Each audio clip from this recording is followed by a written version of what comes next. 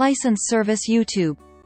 ご視聴していただきありがとうございます。この動画は前回投稿した標識や表示に関する問題特集の続編です。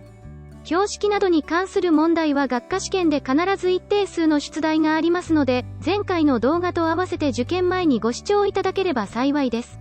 それでは始めます。問題1。図の標識のあるところでは、車は停止線の直前か、停止線のないところでは、交差点の直前で一時停止しなければならない。答えは、×です。この標識は、停車可の指示標識です。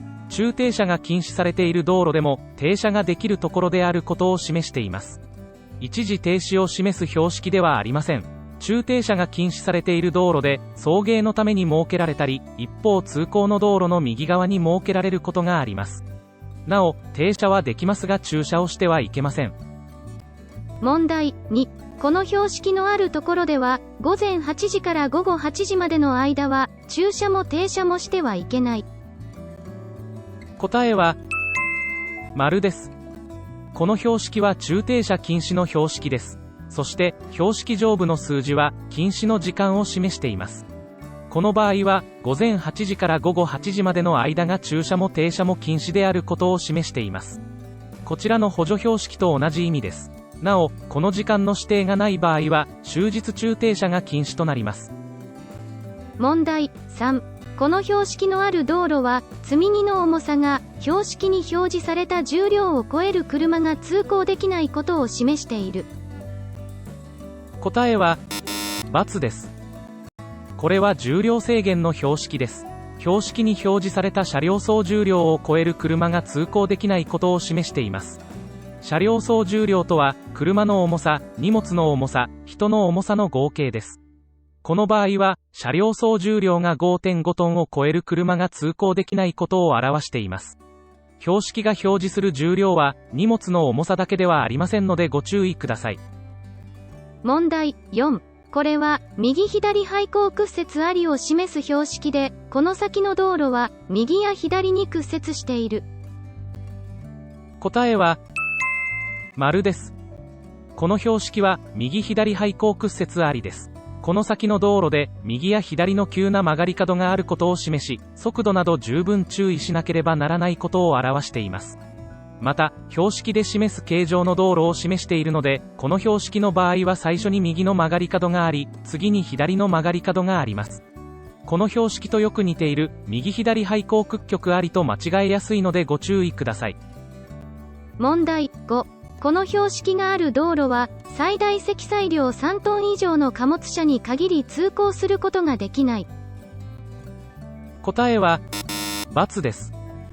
この標識は、特定の最大積載量以上の貨物自動車等通行止めです。この標識がある道路を通行できない自動車は、補助標識で示された最大積載量以上の貨物自動車と、大型特殊自動車です。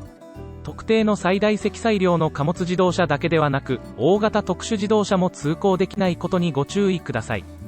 また、補助標識の数字は、自動車の最大積載量を示しています。最大積載量とは、自動車に積むことができる最大の荷物の重量のことです。この補助標識の場合は、最大積載量3トン以上の貨物自動車が規制の対象になります。問題6。この標識のある道路では、大型貨物自動車、特定中型貨物自動車、大型特殊自動車は、一番左端の車両通行帯を通行しなければならない。答えは、○です。この標識は、特定の種類の車が通行しなければならない通行帯を示しています。この標識の場合は、トラックのマークが第一通行帯に表示されているので、大型貨物自動車と特定中型貨物自動車、大型特殊自動車は左から1番目の車両通行帯を通行しなければならないことを示しています。ちなみに道路によっては、騒音防止などの理由から、第3通行帯を通行しなければならない通行帯に指定したり、対象となる車を補助標識で限定されている標識もあります。問題7。この標識のある交差点で右折する原動機付き自転車は、あらかじめ道路の中央により、交差点の中心のすぐ内側を徐行して通行しなければならない。答えは、○です。この標識は原動機付き自転車で右折をするときに自動車と同じ方法の小回り右折をしなければならないことを示しています。たとえ交通整理が行われ車両通行帯が3以上ある交差点でも、この標識がある交差点ではあらかじめ道路の中央により交差点の中心のすぐ内側を徐行して右折しなければなりません。問題8。この標識があるところでは危険を感じたときに限り警音器を鳴らさなければならない。答えは×です。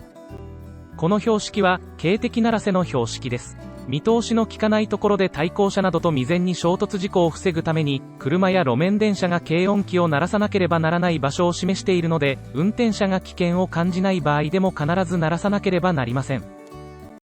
問題9。本標識とは、規制標識、指示標識、警戒標識、補助標識の4種類がある。答えは×です。標識は交通規制などを示す本標識と本標識の示す時間や自動車の種類などを補足する補助標識に分けられます。そして本標識は規制標識、指示標識、警戒標識、案内標識の4種類ですので、補助標識は本標識の中の一つではありません。問題10。歩道の縁石に図のような表示のあるところで5分以内の荷物の積み下ろしのために車を止めた。答えは×です。イラストの歩道の縁石にある黄色の実線の表示は、車が駐車も停車もしてはいけないことを示しています。5分以内の荷物の積み下ろしのための停止は停車ですので、この場所に車を止めて荷物を積み下ろしすることはできません。問題11。この標識はこの先の道路が2方向交通になっていることを示している。答えは○です。この標識はこの先の道路が2方向交通になっていることを示し、対向車に注意しなければならないことを促しています。2方向交通とは対面通行のことです。一方通行の道路が終わり、対面通行となる場所や高速道路で中央分離帯がなくなり、対面通行区間の始まるところなどに設置されています。また、道路工事で車線数が減少して一時的に2方向交通になる場合もあります。問題12。この標識は車が駐車をするときに道路の端に対して平行に止めなければならないことを示している。答えは○です。この標識や表示は平行駐車です。車がこの標識や表示のある道路に駐車するときは、区画された表示の部分に入って道路の側端に対して平行に止めなければならないことを示しています。その他、道路の側端に対して直角に駐車しなければならない直角駐車や、道路の側端に対して斜めに駐車しなければならない斜め駐車もあります。問題13。この標識のある交差点を通行するときに停止線がなかったので標識の直前で一時停止をした。答えは×です。一時停止の標識がある交差点を通行するときは、停止線の標識や表示の直前で一時停止をしますが、停止線の標識などがないときは、交差点の直前で停止をします。一時停止の標識の直前ではありません。そもそもこのような標識は、注意喚起されやすいような場所や方法で設置されていますので、停止位置として適切な場所にあるとは限りません。なお、この標識は、進行方向に赤の点滅信号があるときと同じ意味になります。問題14。この標識は二輪車を含む自動車が通行できないことを示しているので、原動機付き自転車と自転車は通行できる。答えは×です。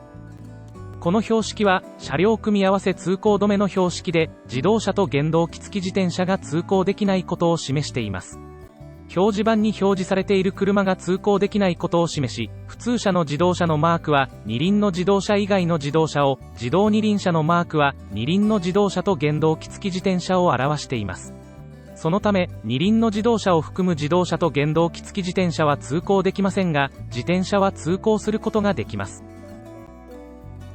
問題15。これらの標識のある交差点では、矢印の示す方向以外へは進むことができない。答えは○です。これらの標識は指定方向外進行禁止です。車は標識の示す矢印の方向にしか進むことができないことを示しています。ただし、交差点は直角に交わっている形状のものばかりではありません。交差点の形状や交わる道路の数も様々です。そのような交差点の形状や通行できる道路の数に応じた標識があります。問題16。この標識が表示されているところでは、標識の左側を通行しなければならない。答えは、丸です。この標識も指定方向外進行禁止です。降雪の多い地域では、積雪時に道路が隠れてしまうため、道路からはみ出したり逆走を防止するために設置されることがあります。また工事現場など、通行ができない道路の部分を避けていく方向を示す場合に設置されることもあります。問題17。この標識は、自動車は時速 30km に達しない速度で通行してはならないことを示している。答えは、丸です。この標識は、最低速度の標識です。この標識がある道路では、自動車は、法令の規定による場合や危険を防止するためやむを得ない場合の原則を除いて、表示されている速度に達しない速度で通行してはいけません。対象となる車は自動車ですので、お間違えのないようにしましょう。問題18。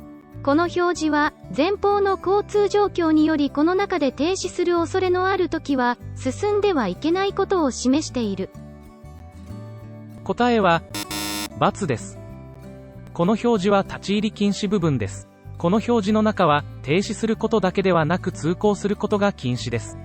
見通しの悪いカーブや道路形状の複雑な場所、直線道路などでも事故防止や交通整理のために設置されています。また、表示の形状は設置場所に応じて様々です。なお、消防署の前などに設置される、停止の恐れのある時にこの中に入ってはいけない停止禁止部分や、路面電車の乗降客や、幅の広い道路を横断する歩行者の安全を確保するための安全地帯とよく似ていますので、間違えないようにしましょう。問題19。この表示のあるところでは、必ず道路の中央から右側部分にはみ出して通行しなければならないことを示している。答えは、×です。この表示は、右側通行ができることを示しています。勾配の急な道路の曲がり角で、左側部分だけでは通行ができないような場所などに設けられています。左側通行の例外として、道路の右側部分にはみ出して通行することができますが、必ず右側を通行しなければならないことを示すものではありません。なお、右側にはみ出すときは、対向車に十分注意して、そのはみ出し方ができるだけ少なくなるようにしなければなりません。問題20。この標識のあるところで軌道式内を走行中、後方から路面電車が近づいてきたが、路面電車の通行を妨げない必要な距離を保ってそのまま走行した。答えは、丸です。この標識は、軌道式内を自動車が通行することができる、軌道式内通行化です。軌道式内を通行するときは、後方から路面電車が接近してきたときに軌道式内から出るか、十分な距離を保って走行しなければなりません。路面電車が後方から接近してきても、必ず軌道式内から出なければならないわけではありません。なお、この場合の十分な距離とは、路面電車が停止するためには、乗車人数や道路の勾配にもよりますが、一般に時速 45km で 100m は必要とされていますので、このような距離を基準に判断する必要があります。また、この標識により通行できるのは自動車ですので、軌道式内を横切る場合や危険防止のために通行するとき以外は、原付や軽車両は通行できません。問題21。この標識は展開禁止の終わりを示しているので、標識のあるところから先の道路は展開をすることができる。答えは、×です。この標識は展開禁止の始まりを示しています。補助標識の赤色の右向き矢印は始まりを示しているので、標識のあるところから先は展開をすることができません。この展開禁止の標識と同じ意味を示す表示が、こちらの展開禁止の表示です。問題22。図のような路側帯の幅が 0.75 メートル以下の道路に駐停車する場合は、路側帯の中に入って、路側帯の左端に沿って駐停車する。答えは、×です。路側帯のある道路で駐停車をするときに、その路側帯の幅が 0.75 メートル以下の場合は、路側帯の中に入って駐停車をしてはいけません。路側帯を通行する歩行者などのために、路側帯に入らないで車道の左端に沿って駐停車をします。そして、路側帯の幅が 0.75 メートルを超える場合は、路側帯に入って駐停車をします。この場合は、車の左側に歩行者の通行のために、0.75 メートル以上の間隔を空けておかなければなりません。問題23。この標識は、この先の道路で左側から車が合流してくることを示している。答えは、丸です。これは合流交通ありの標識です。高速道路のインターチェンジなどや、幹線道路に側道が合流する場所などを通行する運転者に対して、合流車線があることを予告するものです。こちらの標識の、表示されている形状の交差点があることを示す標識とよく似ていますので、間違わないようにしましょう。なお、合流してくる車があるときは、場合によっては速度を落としたり追い越し車線に移るなどして譲るようにします。問題24。この標識のあるところは、歩行者用道路であるから、緊急自動車以外のすべての車は通行することができない。答えは、×です。この標識は、歩行者専用道路や歩行者用道路を示しています。歩行者用道路は、緊急自動車以外の車でも、特に通行を認められた車だけは通行することができます。特に通行を認められた車とは、歩行者用道路沿いに車庫がある車など、警察署長の許可を受けて通行できる車と、緊急自動車のように通行禁止の対象ではない車があります。なお、歩行者用道路を通行する場合は、特に歩行者に注意して徐行して通行しなければなりません。問題25。この標識のある道路では、午前8時から午後8時までの時間は、車の右側に6メートル以上の余地がなければ駐車ができないことを示している。答えは、丸です。この標識は、補助標識で指定された余地を取れないときは駐車をしてはいけない、駐車余地と、その禁止の時間を示しています。この場合は、午前8時から午後8時までの間は、車の右側の道路上に6メートル以上の余地が取れないときは駐車をしてはいけないことを表しています。これで練習問題は終了です。免許試験のご参考としていただければ嬉しいです。ご視聴いただきありがとうございました。